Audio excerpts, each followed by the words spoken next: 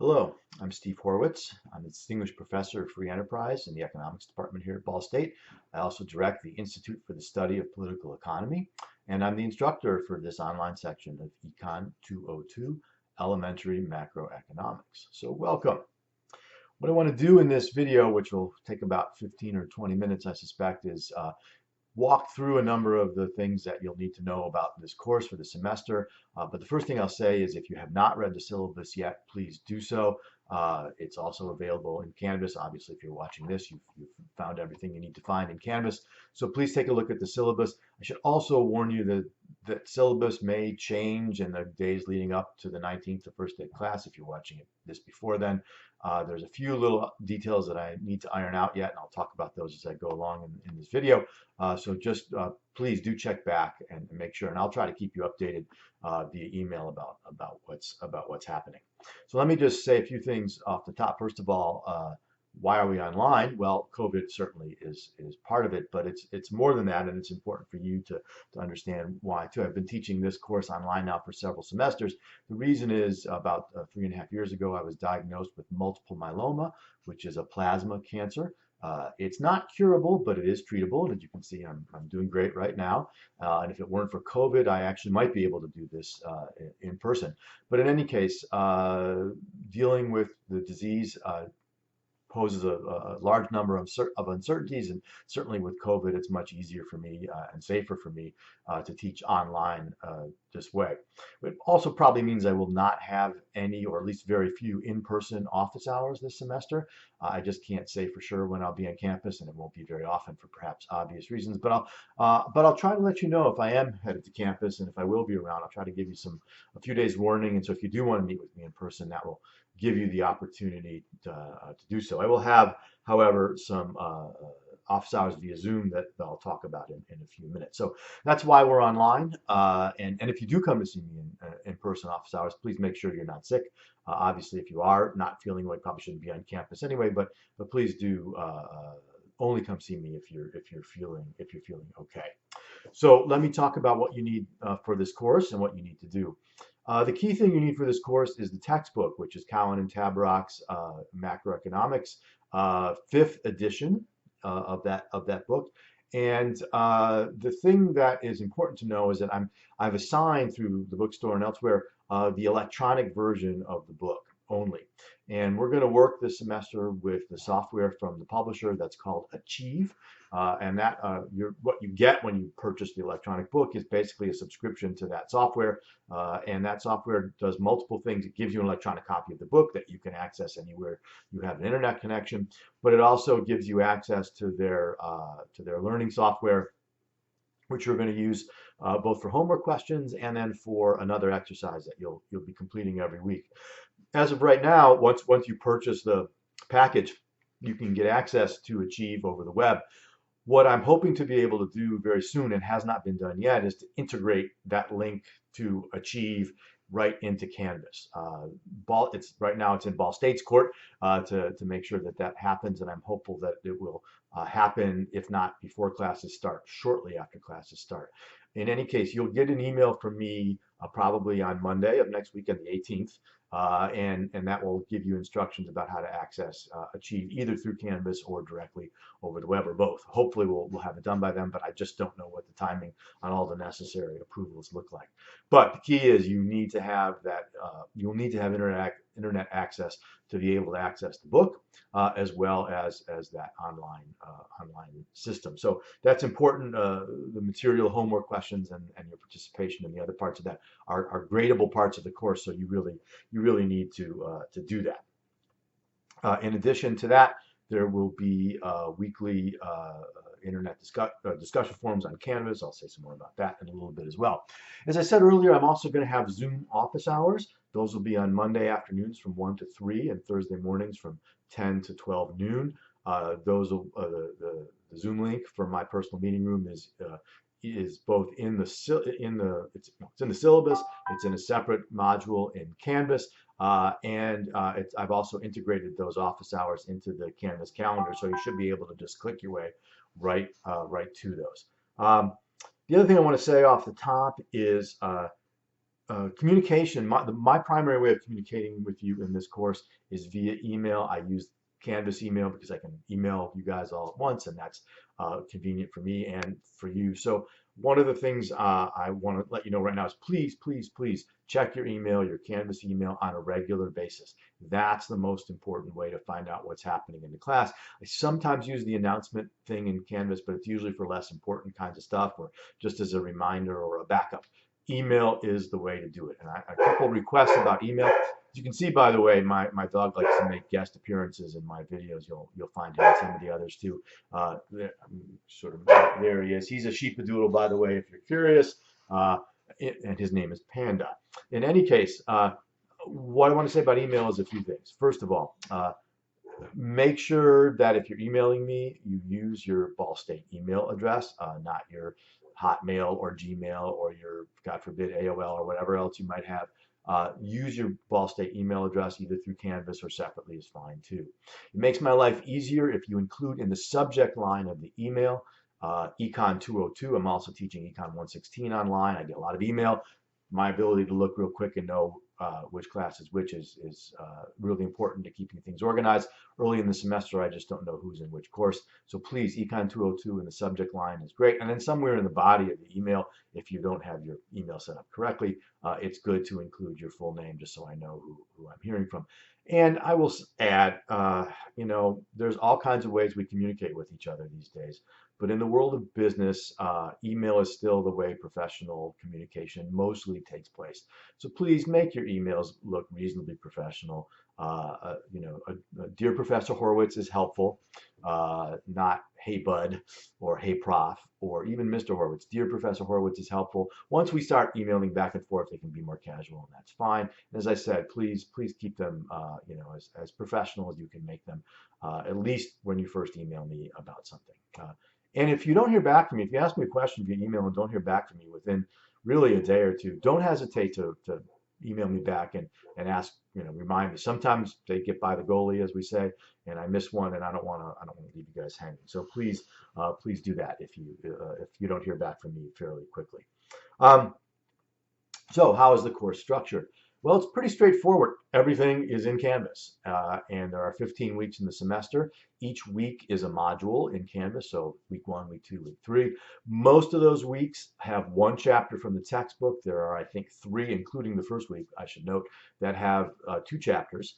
So do, once you kind of get started next week and things open up, please make sure you give yourself enough time to look at 2 chapters for the first week. And as you open that module in Canvas, you'll see a sort of main page that has the things you need to do that week.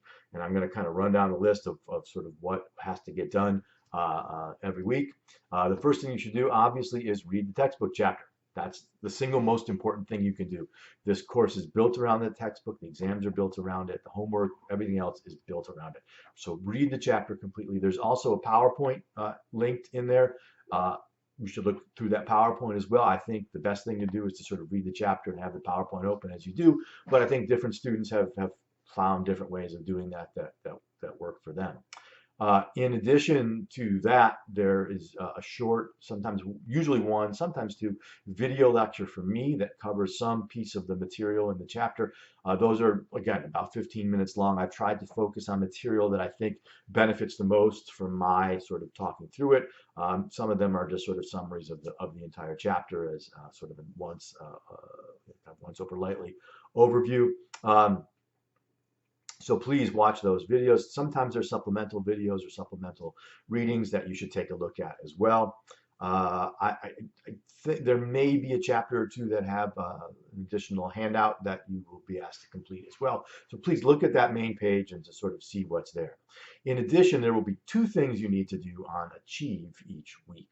One is the learning curve exercise, which needs to be completed by Thursday at midnight. So you can't blow this off entirely to the end of the week.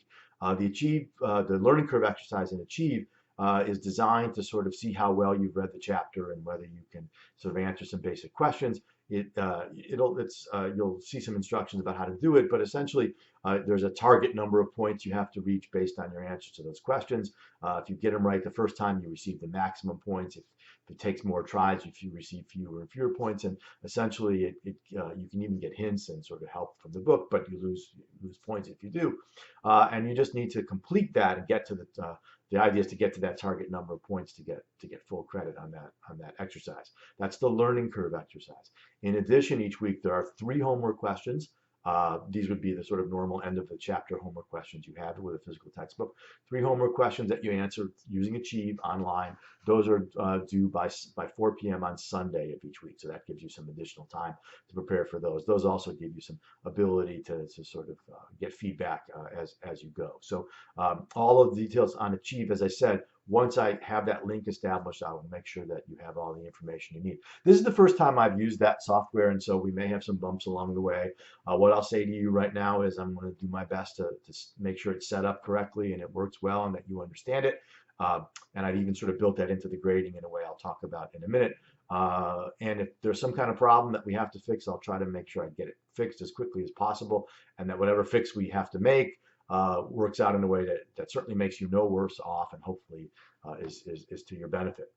And then finally, you need to contribute to the Canvas discussion forum, one contribution per week to that as well. So all of those are things you need to do every week. So read the chapter, read the PowerPoint, any supplemental materials, do the learning curve, do the homework, contribute to the Canvas discussion forum. I think if doing all of those things, exams aside, doing all of those things will go a long way to getting you a good grade in the course. So you might be wondering, what exactly do the grades look like in here? So there are several things that you'll be expected to do over the course of the semester that comprise your grade. The main ones are 3 exams over the course of the semester, essentially every 4 weeks. So week 5, week 10. So in other words, after 4 weeks. So during the 5th week, the 10th week, I think it's right. I'm sorry, the 4th week, 8th week, and the 12th week, you'll have in-class exams. Each of those are worth 18% of your grade for a total of 54%. There is no sort of traditional final exam in this course. Instead, have what I call a policy analysis paper, which is kind of like a take-home final, but a paper you'll write that covers the material, really builds from what we've done all semester, but focuses on the kinds of things that are raised in the last few chapters, the last few weeks of the semester. That's due during the week of finals. That's worth 22% of your grade. There's a whole assignment sheet about that in Canvas, and we'll talk more about that as it comes. The weekly discussion forums are worth 12% of your grade. The way I grade those is there are 15 of them, 1 for every week over the course of the semester. They're graded 0, 1, 2, 3 based on your contribution. So there's a possible 45 points there, 15 weeks times 3. But I divide that number by 36. So in essence, you can get extra credit by doing more than 12 of those and doing them really well. So either you can take a few weeks off and still get a grade of 100, or you can do them all well and get some extra credit. There's a total 45 points possible, but graded on a scale of 36. And so it's possible to get more than 100% on the Canvas discussion forum. So if you do them all, that's great. It's an easy way to pick up some extra points. And then the final piece of your grade is the work we do on Achieve, the learning curve and the homework questions. The learning curve, there's 18 of each of those because there's some weeks with multiple chapters. The learning curve exercises are worth 10 points. The homework's worth 100 points. If you add all that together, it adds up to 1,980 points total possible on all of those assignments. I'm going to divide those through by 1,600. So again, possibility for extra credit here. If you do all the work and you get more than 1,600 points, you'll get more than 100% on that assignment. But it also means you can take some time off. If you want to take a week off of doing the homework and doing the learning curve, you can do that and still get an excellent grade on those assignments. It also gives me some flexibility if we do have problems with the software getting things working right, that you've got some slack in there where you can still, again, get a great grade without doing every single bit of the Achieve work over the course of the semester. So that's what you'll be graded on. Again, the 3 in-class exams. the policy analysis paper, the discussion forum, and the Achieve work. One other thing I should say is the exams will be using the Respondus Lockdown browser in Canvas. Some of you may have used this already. Make sure that you have a laptop or a desktop, that your computer has a camera, a working camera and microphone. You'll need that to take the exams and to install Respondus. If you haven't used it before, there's instructions about how to do that in the general information module in Canvas. So please take a look at that when you have a second. So I think that's all of the sort of stuff you'll be graded on this semester. A couple other things that I'd say just as sort of introductory. This is an elementary macro economics course, right? So we're going to be focusing on, we're going to start by looking at microeconomics, the basics of supply and demand. Again, those of you who have taken 201 that will all be familiar, though hopefully you'll maybe get a little different perspective on it. Some of the things that we'll do and the way I like to talk about things may be a little different and may be helpful. But that's, once we get through those first sort of about 5 chapters, 4 weeks, we'll turn to the macroeconomic side of things, and we're really going to focus on things like economic growth and the institutions that create growth. We're going to talk about monetary policy, fiscal policy, GDP, inflation, unemployment, all the things that we kind of read about in the newspaper and certainly have been big issues in the world of COVID and the world of the recent presidential election. So again, I think it's a course that's really helpful in understanding the news in a lot of different ways. And the first few weeks are important for introducing what we like to call the economic way of thinking. I think students have found this to be, even in its online version, a useful course to have. Let me say one last thing, which is we are, as they say, in strange times this semester, between the political world and the world of COVID and everything else, and struggles in the economy. I know that many of you are dealing with lots of things outside of the classroom, whether it's health related, whether it's dealing with politics, whether it's dealing with unemployment and perhaps family financial issues, whatever it might be.